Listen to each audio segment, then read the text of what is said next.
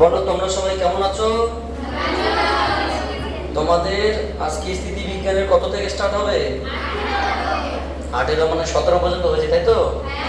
তোমাদের ওই সেকশনটার মধ্যে হয়েছে, তোমাদের এই সেকশনে 17 কত থেকে স্টার্ট হবে? 18 থেকে। আমাকে একটা বই দাও। তোমরা সবাই ভালো আছো? আর তোমাদের সবাই কেমন আছে? বাহ, তোমাদের সবাই হয়ে গেছে। আমাদের সবাই ভালো আছে।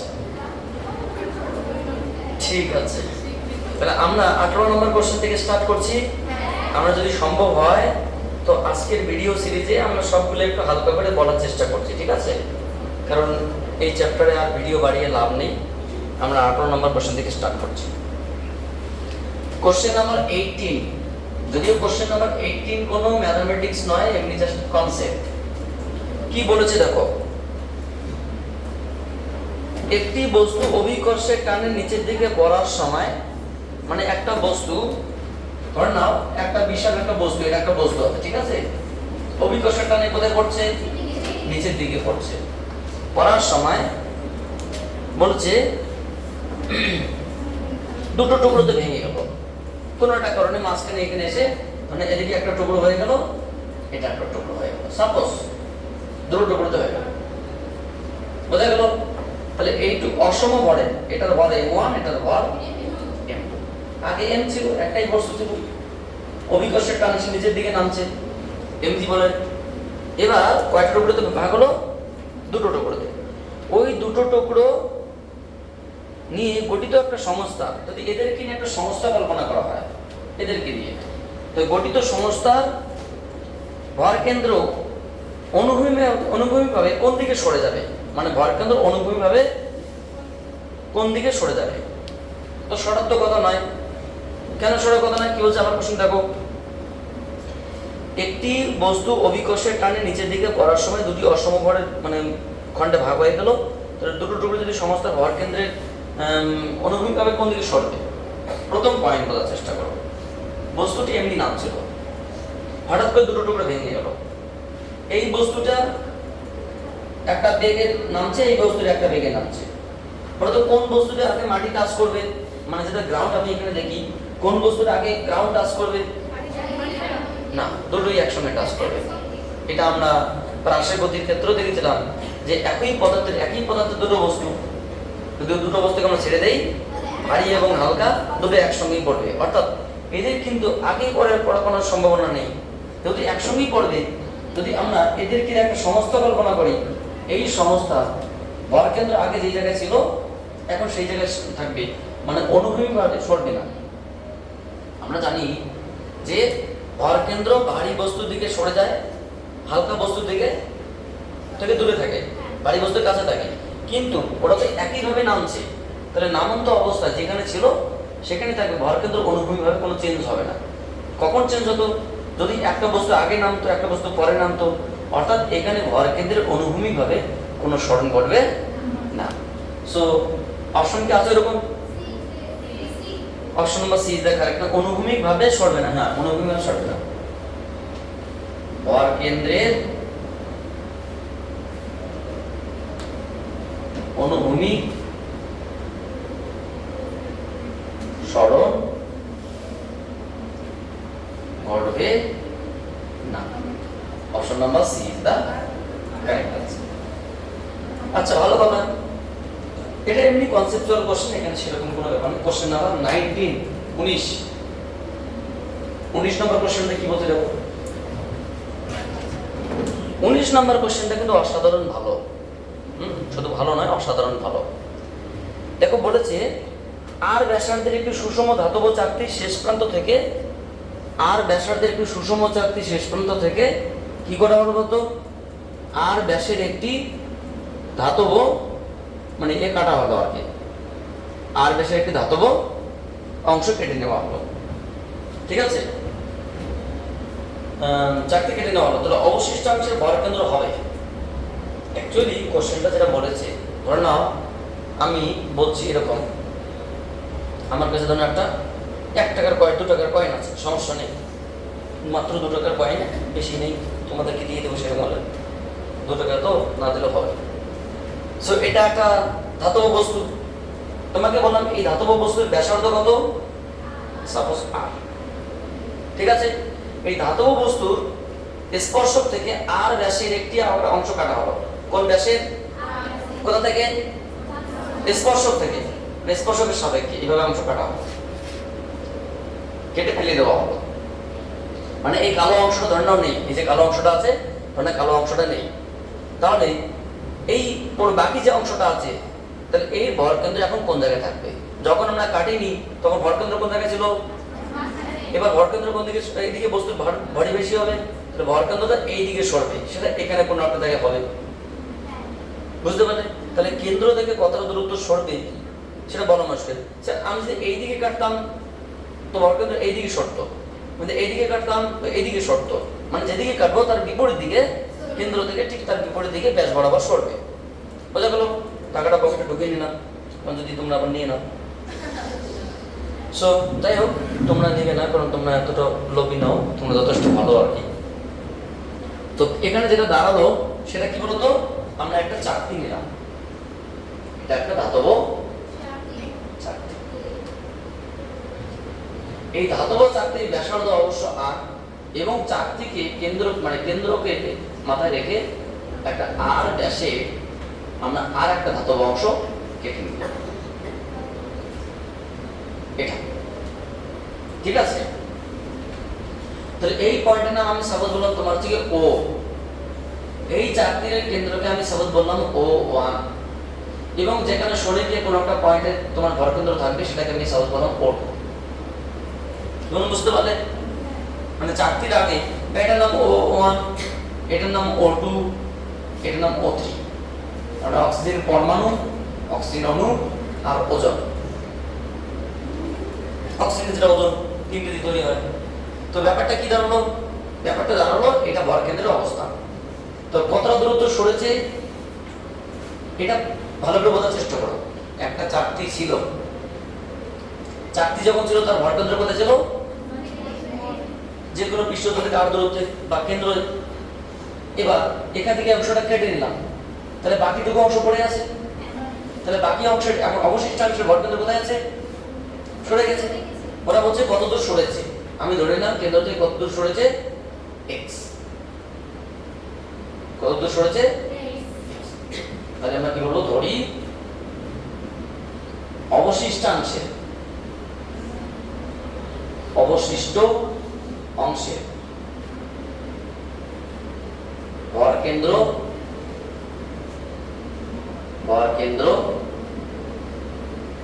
কেন্দ্র থেকে x দূরত্ব সরে যায়, সরে যাবে, এটা বিষয়। এবার একটা বিষয়, এই পয়েন্ট বলুন তো ম্যাডামরা, এইটুকু দূরত্ব কত? এই পয়েন্ট থেকে এইটুকু দূরত্ব কত? দূরত্ব কত? কোনটা দূরত্ব? আমার প্রথম পয়েন্ট O1, O2 দূরত্ব কত? এর ব্যাসার্ধ কত? তাহলে এটা ব্যাসার্ধ, এইটুকু কত? R/2। এটা দ্বিতীয় পয়েন্ট O3, O2 দূরত্ব কত? x plus R/2। বুঝতে পারলে?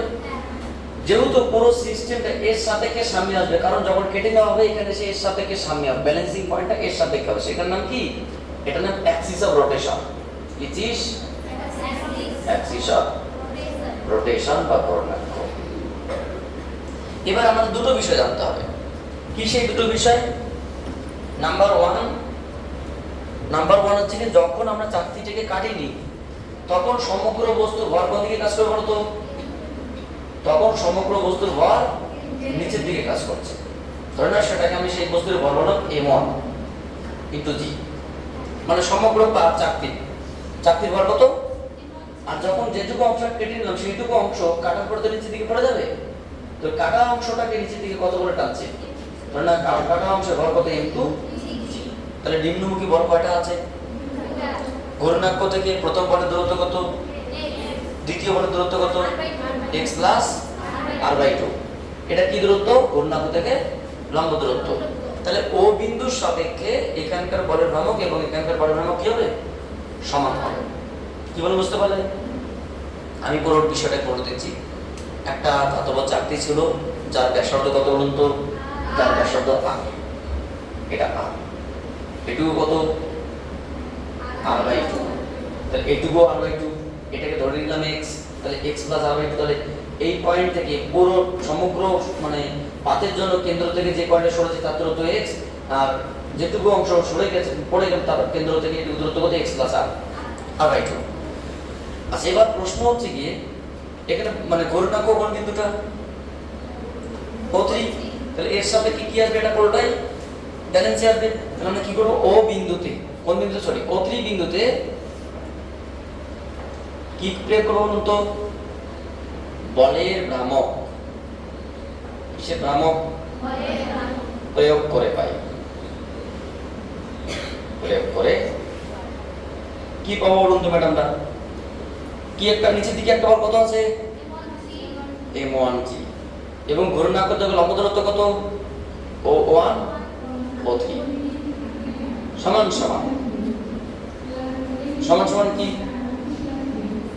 m2g into O2 O3। Sir actually তো আমরা জানি যে কোনো বিন্দুতে বলের ভ্রামকের মোট মান কি হয়? ঘূর্ণাঙ্ক থেকে মোট মান কি হয়? 0 হয়।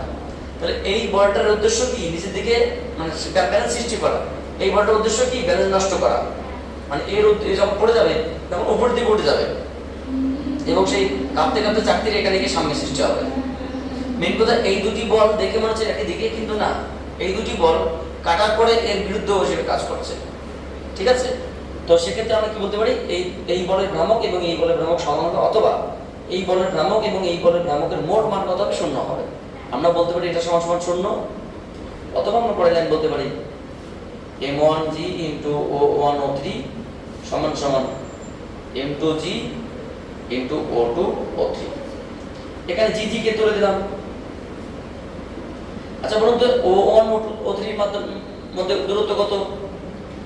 O1 O3 এর মধ্যে দূরত্ব ওটা আমরা তো বলিনি না। O1 O3 এর মধ্যে দূরত্ব x, ওটা আমরা ধরে নিয়েছিলাম অবশ্য, into x সমান সমান m2 into x plus r/2, তাই তো দেখলাম নাকি? O2 O3। তাহলে কি দাঁড়াবে বলুন তো? এখানে কাজ করতে পারি m1/m2 equals to তোমার 1 plus r/2x। x দিয়ে ভাগ করে দেয়, এটা কেটে গেল, এটা তো এই হচ্ছে ইকুয়েশন নাম্বার 1। আমাদের আর একটা ছোট্ট কাজ আছে। ছোট্ট কাজ কি? বলতে m1 টা কার বল? সমগ্র চাকতির বল। m1 টা কার বল? সমগ্র চাকতির বল। যদি আমরা বলেছি এটাকে m2 টা কি?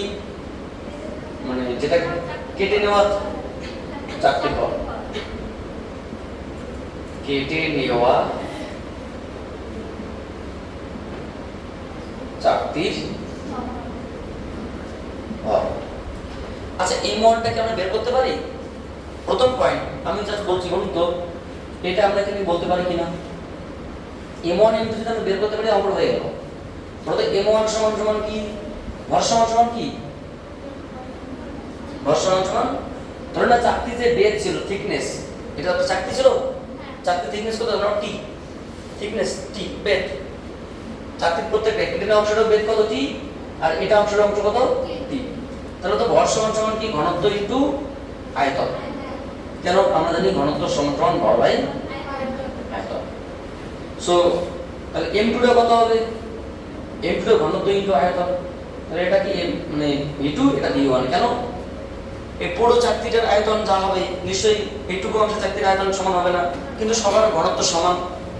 আচ্ছা বলো তো আয়তন সমান সমান কি? পাই পুরো চাকতির ব্যাসার্ধ কত? পাই r² ইনটু t। আর এর ক্ষেত্রে কি হবে? তোমার হচ্ছে রো ইনটু পাই না r/2 তার রো স্কয়ার ইনটু t। কিছু বুঝতে পারলে? কেন? কারণ আমরা জানি একটা লম্ববৃত্তাকার চোঙের নিরেট চোঙের ক্ষেত্রে আয়তন কি হয়? পাই আর স্কয়ার এইচ, এখানে এইচ বলতে এখানে টি। তাহলে যদি এর ব্যাসার্ধ থাকে আর, তাহলে ক্ষেত্রফল কত? পাই আর স্কয়ার। পুরোটা ক্ষেত্রে পাই আর স্কয়ার ইনটু টি, মানে পুরোটা আয়তন পেয়ে গেলাম। আয়তন ইনটু ঘনত্ব মানে কি? পুরোটা ভর পেয়ে গেলাম। আর ক্ষুদ্র অংশটা কত? ব্যাসার্ধ কত? r/2। তাহলে পাই আর স্কয়ার r/2 তার হোল স্কয়ার ইনটু থিকনেস মানে ক্ষেত্রফল ইনটু দূরত্ব মানে আয়তন, ঘনত্ব মানে ভর। তাই এই দুটো মানে একটা সিম্পল বসিয়ে দাও, অঙ্ক হয়ে যাবে।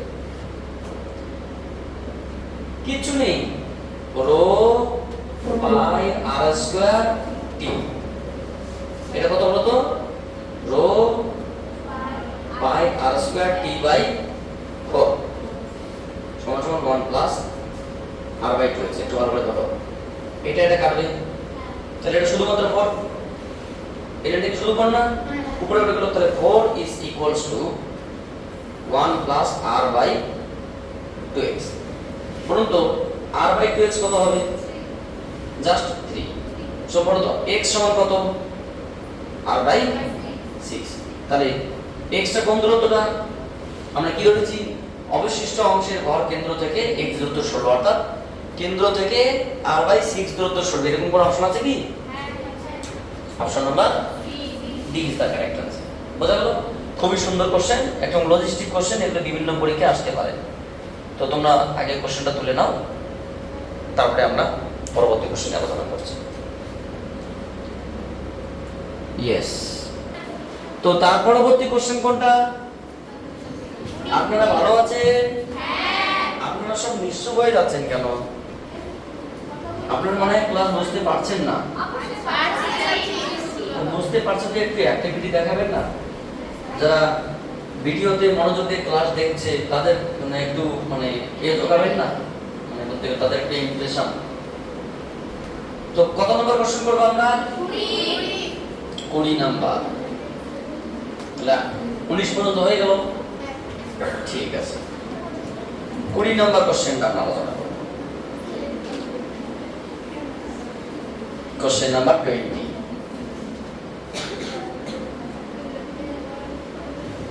কোশ্চেন নাম্বার 20 বলছে একটি নিরেট শঙ্কুর ভরকেন্দ্র ভূমি। আচ্ছা, বুঝে গেছি। 20 এবং 21 নম্বর কোশ্চেনে একটা গুরুত্বপূর্ণ বিষয় আছে, এটা আমাদের একটু মনে রাখতে হবে। ধরুন একটা নিরেট শঙ্কু আছে। কি শঙ্কু? এর আগেও হয়তো বলেছিলাম তোমাদেরকে। ও না, তোমাদের থিওরিটিক্যাল পয়েন্টটা কি করানো জানি না, তোমার ঠিক এটা একটা নিরেট শঙ্কু। নিরেট শঙ্কু এটা কি ভূমি? মানে পুরোটাই কিন্তু লোহা দিয়ে তৈরি, ভেতরে সব লোহা দিয়ে তৈরি। যেমন আমরা রাস্তার ধারে এরকম শঙ্কু আপনি দেখতে পাই, দাঁড় করানো থাকে পুরোপুরি সিমেন্ট দিয়ে, তো সেটাই ভাবতে পারো একটা নিরেট শঙ্কু। এই নিরেট শঙ্কুটা ভূমিতল। এটা ভূমিতলের কি কেন্দ্রবিন্দু? এটা কি বলতো? শঙ্কুর শীর্ষদেশ থেকে ভূমিতলের উচ্চতা, এটা কত? h। এবং ভূমিতলের ব্যাসার্ধ কত? বৃত্তাকার পথে ব্যাসার্ধ কত?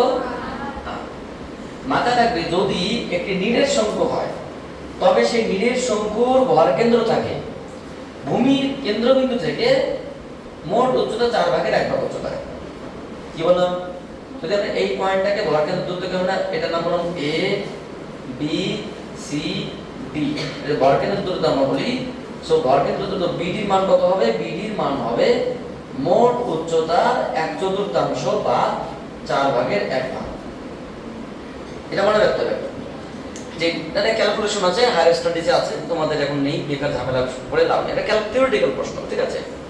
একটি নিরেট শঙ্কুর ভর, যে কোনো নিরেট শঙ্কু, যে কোনো পদার্থ দিয়ে তৈরি নিরেট শঙ্কুর ভরকেন্দ্র থাকে মোট উচ্চতার 4 ভাগের 1 ভাগ দূরত্বে। কত দূরত্বে? 4 ভাগের 1 ভাগ। তাহলে যদি উচ্চতা হয় 40 সেন্টিমিটার, তো তোমাকে প্রশ্ন করা হয় তাহলে ভরকেন্দ্রের উচ্চতা কত? কোন একটি শঙ্কুর, তোমাকে প্রশ্ন করা হলো কোন একটি শঙ্কুর উচ্চতা হচ্ছে গিয়ে 40 সেন্টিমিটার, তবে ওই শঙ্কুর ভরকেন্দ্রের উচ্চতা কত? ভরকেন্দ্রের উচ্চতা যদি আমরা বিডি বলি, বিডির মান কত হবে? 1/4 * 40 মানে 10 সেন্টিমিটার। বুঝতে পারলি কি বললাম? আচ্ছা, যদি প্রশ্ন করি এটাকে, তোমার উল্টো কোশ্চেন, যে শঙ্কুর শীর্ষবিন্দু থেকে, ভূমিতল থেকে না, শীর্ষবিন্দু থেকে ভরকেন্দ্রের দূরত্ব কত হবে? আমি যেটাকে x বলি, এই দূরত্ব কি হলো x, তাহলে এটাকে তোমরা y বলি। বলতে x এর মান কি হবে? এখানে x এর মান হবে h/4 এবং y এর মান কি হবে বলো তো? y মান কি হবে? h - x। মোট হাইট h, তা থেকে যেটা বাদ দিতে তাহলে পড়তে হবে y, h minus h by 4, মানে 3h বাই 4। তাহলে তোমাদের এটাও তোমার হচ্ছে কোশ্চেন নাম্বার 20, আর এটা তোমাদের কোশ্চেন নাম্বার 21। একটু পড়ে দেখো, বুঝতে পারবে। ঠিক আছে, কিছু নেই, এটা থিওরিটিক্যাল কোশ্চেন। বলেছে একটি নিরেট শঙ্কুর ভরকেন্দ্র তার ভূমি থেকে কেন্দ্রবিন্দু, ভূমি থেকে কেন্দ্রবিন্দু বলতে ভরকেন্দ্র তার ভূমি থেকে কেন্দ্রবিন্দু ও শীর্ষবিন্দু সংযোগ রেখা কোথায় অবস্থিত? ভূমি থেকে কেন্দ্রবিন্দু এবং শীর্ষবিন্দু, ভূমির কেন্দ্রবিন্দু এবং শীর্ষবিন্দু, কেন্দ্র কোথায় অবস্থিত? ভূমির মানে মোট উচ্চতার 4/1 দেখো অপশন নাম্বার এ বলেছে উচ্চতার 1/4, ঠিকই তো আছে, উচ্চতার 1/4। ঠিক আছে। আর 21 নম্বর কি বলছে? একটি নিরেট সুষম শঙ্কুর শীর্ষবিন্দু থেকে ভরকেন্দ্রের দূরত্ব, এই দূরত্বকে আমরা কি বলেছি? ওরা কি বলেছে? এটা ওরা z0 দিয়ে প্রকাশ করেছে, করতেই পারে z0। তাহলে দেখো শেষের দিকে বলেছে তোমার উচ্চতা h, ব্যাসার্ধ r যদি হয় তাহলে z0 এর মান কত? z0 এর মান কি হবে? এটাই অ্যানসার হবে। তো অপশন আছে কি? Option B 3h/4। বোঝা গেল? এটা কিচ্ছু না, জাস্ট 20 এবং 21 নম্বর কোশ্চেনটা জাস্ট আমাদের একটু মনে রাখতে হবে, এমনি হয়ে যাবে। 22 নম্বর কোশ্চেনটা পড়ো। 22 নম্বর কোশ্চেনটা কি বলেছে? 22 নম্বর কোশ্চেনে যেটা বলেছে, কোশ্চেন নাম্বার 22, এখানে যেটা বলেছে যে একটি ঘরের ছাদ থেকে m এবং 3m ভরের দুটি বস্তু একটি তারের দুই প্রান্তে বেঁধে একটি পুলির সাহায্যে ঝোলানো আছে। তার এবং পুলির নগণ্য ভর, নগণ্য ধরে নিয়ে পুলি সহ বস্তু দুটিকে ছেড়ে দিলে ভর কেন্দ্রটি ত্বরণ কত হবে? মানে যেটা বলেছি ওরা, এটা কি বলতো? সিলিং বা ছাদ। এখানে একটা পুলি আছে, কি আছে? পুলি, মানে এখানে একটা পুলি আছে, এই পুলি মানে এর সাপেক্ষে এটা ঘুরছে,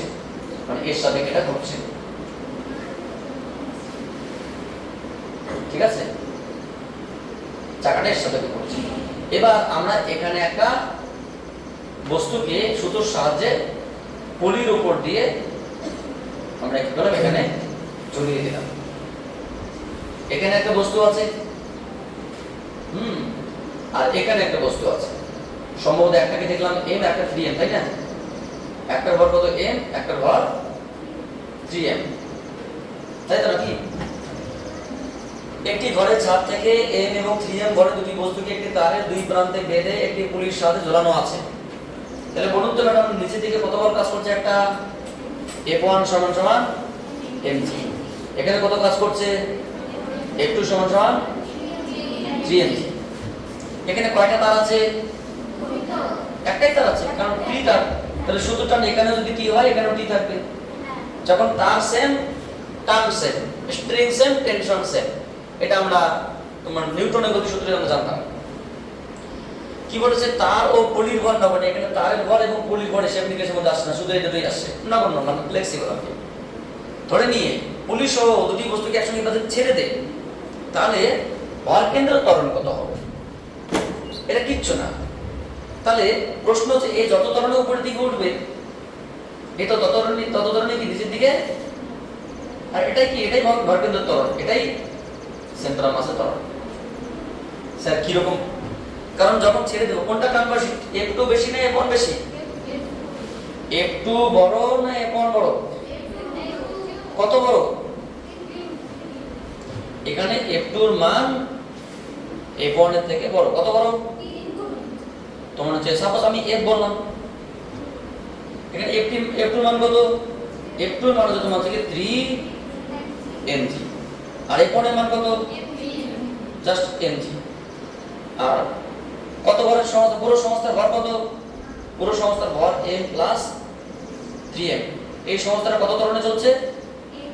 কারণ ত্বরণ তো মানে পুরো সংস্থা একসঙ্গে চলছে না, তাহলে সংস্থার মোট ভর, তাহলে ACM সমান কি? 2mg/4m। তো কি দাঁড়ালো? g/2 answer. অর্থাৎ ভর কেন্দ্রের ত্বরণ যেটা হবে g/2। অপশন কি আছে এরকমটা? Option number C is the correct answer. আমি তোমাদেরকে এটাকে সহজ ভাবে করে দিচ্ছি, এত কঠিন করে বোঝার দরকার নেই। এখানে একটা বস্তু আছে, এখানে একটা বস্তু আছে, ঠিক আছে? এদেরকে একটা তার দিয়ে যুক্ত করা আছে। কেউ এইদিকে টানছে F2 বলে, কেউ এইদিকে টানছে F1 বলে। এর ভর m, এর ভর 3m। তাহলে সমস্ত ভর কত করে? এখানে যেহেতু এর F2 এর মানটা যদি F1 থেকে বড় হবে, তাহলে কত বড়? F2 M1। সেটা কি? পুরো সমস্ত একসঙ্গে চলছে, মোট ভর ইনটু ত্বরণ, সেটা করলে হবে। এখানে F2 F1 মানেটা। অথবা আমরা এমনিতে জানি যে কোন সংস্থার ত্বরণ সমান সমান কি হবে, যে নেট ফোর্স লব্ধি ফোর্স বাই মোট ভর m প্লাস 3m। এটা তোমাদের নিউটনের চ্যাপ্টারের মধ্যে আছে। মানে এই চ্যাপ্টার, এটা অঙ্ক করার জন্য এই চ্যাপ্টার দরকার পড়ছে না, কেমনে সিম্পলি হয়ে যাচ্ছে। সো ভরকেন্দ্রের ত্বরণ কত আসলো? জি ভাই, তোমরা অঙ্কটা করে দাও, আমরা পরবর্তী কোশ্চেনে আসছি। তোমরা কি বুঝতে পারছো? যারা ভিডিও দেখছে তাদের উদ্দেশ্য বলি, তোমরা যদি কোথাও বুঝতে না পারো তোমরা কমেন্ট সেকশনে জানাবে, আমি তোমাদের জন্য সেই জায়গাগুলো ক্লিয়ার করার চেষ্টা করব। দরকারে তার উপর আমি স্পেশালি ভিডিও করার চেষ্টা করব। এবং আমি তো বারবারই বলছি, আমার থেকে আমার স্টুডেন্টরা অনেক বেশি এক্সপেরিয়েন্সড, কারণ তাদের কাছ থেকে আমাকে মাঝে মাঝে জানতে হয় যে কীভাবে কী সলভ করতে হয়। এখানে আসার কিছু নেই, তোমরা যথেষ্ট এক্সপিরিয়েন্স। তো টিচার সবসময় স্টুডেন্টদের কাছেই শেখে, তুলে না। নেক্সট কোনটা কোশ্চেন? 23। আমাদের পরবর্তী কোশ্চেনের নাম 23। কি বলেছে বলুন তো ম্যাডাম? এখানে 23, 25, 26 করে দেওয়া আছে, ঠিক আছে? 24 করে দেওয়া নেই, কিছুই নেই, জাস্ট লম্বা চেয়েছে। তো আমরা 23 করে আমরা ছেড়ে দিচ্ছি। তোমাদের পরবর্তী ছোট্ট একটা ভিডিও করে যদি কোনো কিছু প্রবলেম আসে কমেন্ট সেকশন থেকে, এবং পরবর্তী ভিডিও করে আমরা বাকি 3টা অঙ্ক শেষ করে দেব। সো 23 কি বলেছে? একটি মসৃণ অনুভূমিক তলে রাখা, এটা একটা তল, তলটা কি রকম? মসৃণ, মানে এখানে কোনো ঘষাঘষি গুণাঙ্ক নেই।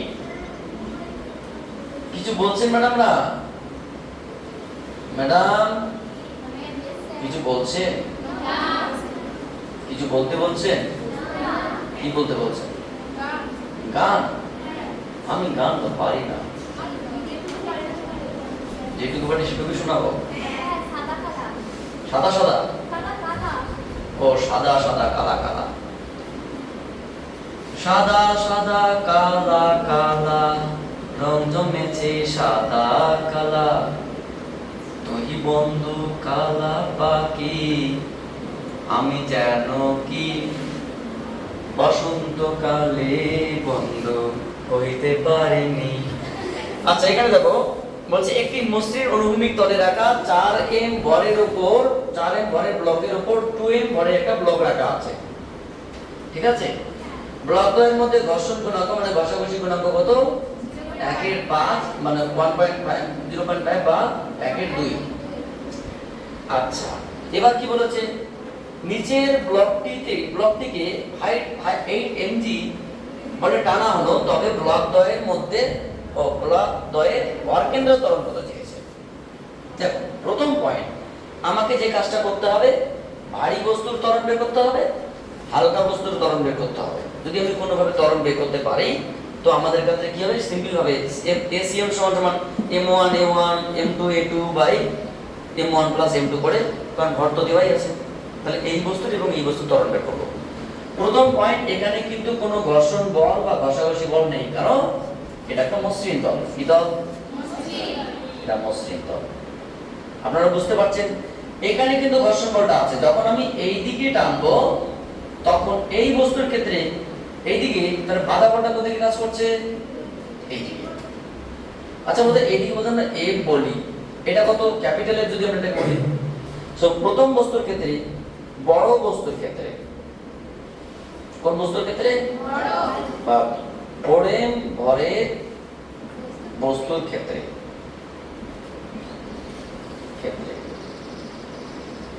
বলতে এইদিকে বল কত আর বাধা বল কত? স্মল এ। বলতে ক্যাপিটাল এ বড় না স্মল এ বড়? তাহলে এই বস্তুটা কত ধরনের চলবে? 4m ভরের বস্তুটা কত ধরনের চলবে?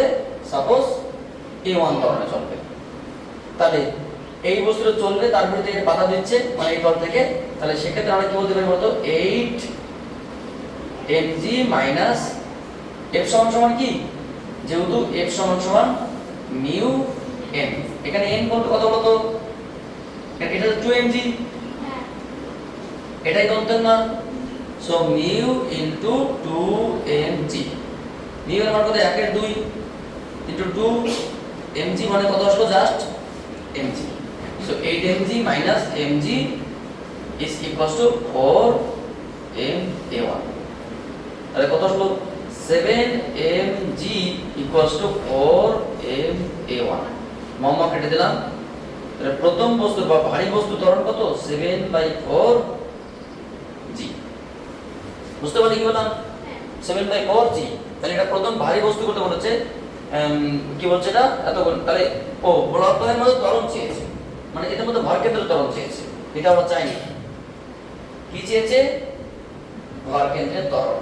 আমাকে আরেকটা স্টেপ করতে হবে, কোন বস্তুর ক্ষেত্রে বলো তো 2m ভরের বস্তুর ক্ষেত্রে, সো 2m ভরের বস্তুর ক্ষেত্রে বড় তো ত্বরণ কত হবে, 2m ভরের বস্তুর এইদিকে বলটাই কি, যে এইদিকে এরকম যাবে তখন তো একে টানতে টানতে যাবে না, তো ছলকে যাবে না, টানতে টানতে যাবে, কিন্তু এর বিপরীতে একটা বাধা সৃষ্টি হবে শুধুমাত্র 2m ভরের বস্তুর ক্ষেত্রে। তাহলে এইদিকে যে বলটা সৃষ্টি হবে সেটাকে আমরা কি বলবো, যেমন ক্যাপিটাল F বলি, সেটা কত হবে বলো তো ক্যাপিটাল অর্থাৎ F না F1 যদি বলি, ক্যাপিটাল F1 সমান কি বাধা বলের সমান, কারণ এটা কি ধরনের বলতো দুটো বল বিপরীত দিকে, এবং সেটা কত হবে ক্যাপিটাল F1 এর মান কত হবে 2m ইনটু 8 ত্বরণ যদি A2 হয়, আর এর বাধা বল কত বলতো, এর বাধা বল কত, এই যে F এর মান কত পেলাম জাস্ট mg, তুমি mm কেটে দাও, তাহলে এর ত্বরণ কত পেলাম g/2, তাহলে আমাদের কি বের করতে হবে, সুতরাং নির্ণেয় ভর কেন্দ্রের ত্বরণ, ভর কেন্দ্রের ত্বরণ ACM সমান কি বলুন তো ম্যাডামরা, m1 a1 m2 a2 m1 plus m2, তোমরা কত জানো বলো তো, m1 এর মান কত, এখানে a1 বলছে মানে m1 কত 4, ঠিক আছে, কারণ m1 কত 4 থাকে, m1 এর মান কত 7/4g plus 2m into g/2, আর এটা কত 4m প্লাস 2m, তাহলে আমরা m, আচ্ছা কাজ করি একটা লাইন লিখি আগে, এটা কত বলতো 4 কেটে গেল, তাহলে 7m/g ও 7mg, sorry 7mg plus 2mg by 6m,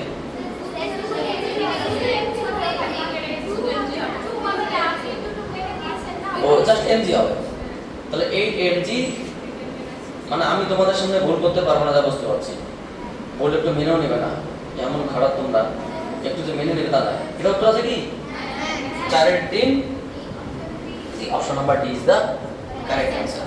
তো তোমরা আমার একটু ব্যস্ততার কারণে আমি এটাকে ছেড়ে দিচ্ছি, পরবর্তী লেকচারে আমরা তোমাদের লাস্ট যে 3টা কোশ্চেন আছে সেই 3টা কোশ্চেন আমি করে দেবো, কিছু নেই করে দেওয়া আছে, তোমরা বুঝতে পারবে, যদি না পারো আমরা সেটা দেখো, ঠিক আছে। তোমাদের সঙ্গে হালকা পরিচয় করে দিচ্ছি, কোনো মানে যদি কিছু বলার থাকে বলবে, কারণ আমাদের ভিডিও সিরিজ খুবই সহজ এবং অত্যন্ত আর কি ইজি বিষয়। তো এই হচ্ছে কি আমাদের ক্লাস, আর এই হচ্ছে কি আমাদের স্টুডেন্ট সার্কেল, অনেক স্টুডেন্ট ছিল, কি কারণে বাড়ি চলে গেছে জানি না, মানে 15 আগস্ট আমার স্বাধীনতা হবে ওদের। তো তোমরা কিছু বলবে কি, কিছুই বলবে না, তোমরা এত শান্ত কেন, যা ক্যামেরা ঘোরা করে লাইক সাবস্ক্রাইব, ঠিক আছে। Thank you for watching video on our next class.